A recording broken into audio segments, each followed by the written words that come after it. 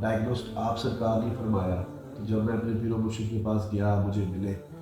تو مجھے انہوں نے کہا کہ شاہ جی کسی کو 20 سال تربیت دی جاتی ہے، کسی نے تربیت کی کر لی ہوتی ہے، تو آپ 20 سال جو ہے آپ کو تربیت دی گئی ہے،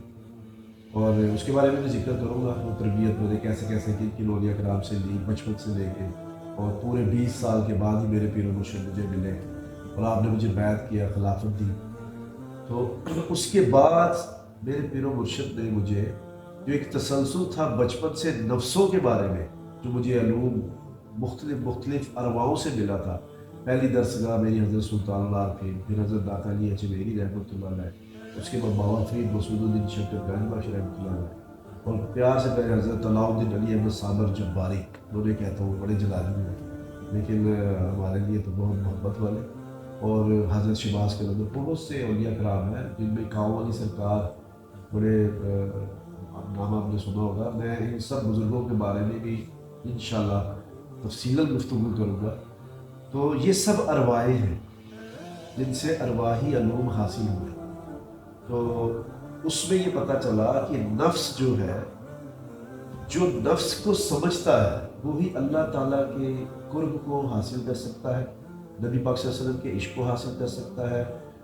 فنا فی الشیخ کی بدل کر سکتا ہے، اور علم لدنی کو حاصل کر سکتا ہے۔ مثلا کہ جو ایک اشرف مخلوقات کے لیے سینہ میں سما علم اللہ تعالیٰ نے رکھے ہیں، جو صفات رکھی ہیں، وہ حاصل کر سکتا ہے۔ تو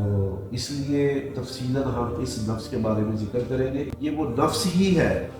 کہ یہ جو منزلیں طے کر کر روح کے ساتھ ملتا ہے اور پھر پرواز کرتا ہے اور پھر دوسری دنیا میں یہ جاتا ہے، اور یہ عالم ارواح میں پھر ارواحوں سے ملتا ہے۔ جو خواب میں آ رہی ہے اور بار بار کہہ رہا ہوں وہ ارواحیں نہیں ہیں، عالم رسول میں ارواحوں سے ملاقات نہیں ہوتی،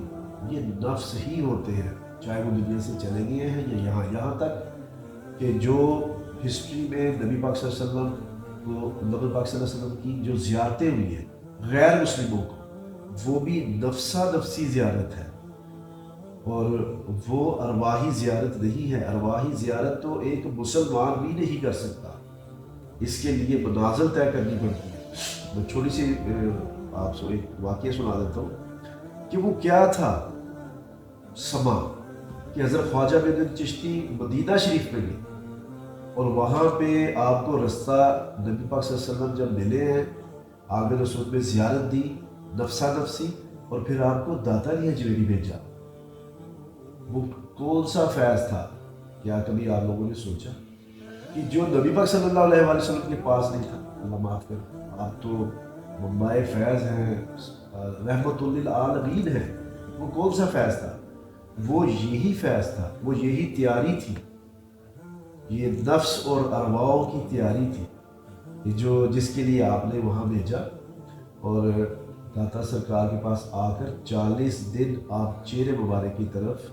آپ نے چلا کیا، اور چلا کوئی ایسا نہیں تھا اللہ معاف کرے کہ وہاں بیٹھے نہیں، آپ 5 ٹائم کی نماز پڑھتے،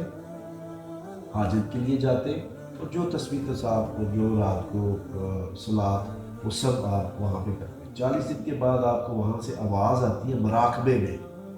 کہ جو کچھ ملے گا وہ قدموں سے ملے گا۔ آپ چہرے کی طرف بیٹھے تھے۔ اکثر بزرگ یا جو بھی لوگ اس سلسلے میں جاتے ہیں وہ کشف القبور کرتے ہیں، تو وہ چہرے کی طرف بیٹھ کے کرتے ہیں، تو آپ اسی لحاظ سے چہرے کی طرف بیٹھے ہوئے تھے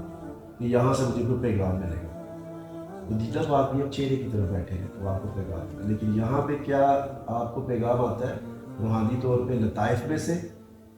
کہ جو کچھ ملے گا قدموں سے ملے گا۔ تو 41ویں دن جب حضرت خواجہ بن چشتی رحمۃ اللہ قدموں کی طرف بیٹھے تو یہ راز کھل گیا، یہ نفس کا راز کھل گیا، اور آپ نے ارواحی سیر ساری کی، عالم ناسوت سے ملکوت، ملکوت سے جبروت، جبروت سے لاہوت، حضرت داتا علی اجمیری سینے سے لگا کر لے گئے، اور وہاں پہ پھر نبی پاک صلی اللہ علیہ وآلہ وسلم کی آپ نے ارواحی زیارت کی۔ یہ موضوع ہے، یہ ایک راز ہے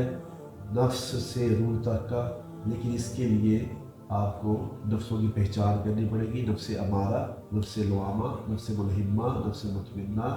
نفس راضیہ، نفس مرضیہ اور نفس عظیمہ، یا کاملہ بول سکتے ہیں۔ 7 نفس ہیں جو کہ یہ چاروں عالموں میں ٹریول کرتے ہیں، اور یہ سب کچھ پیر و مرشد کے تصرفات سے ملتا ہے۔ انشاءاللہ گفتگو جاری رہے گی، ان نفسوں پہ ہم تفصیلاً بات کریں گے۔ السلام علیکم۔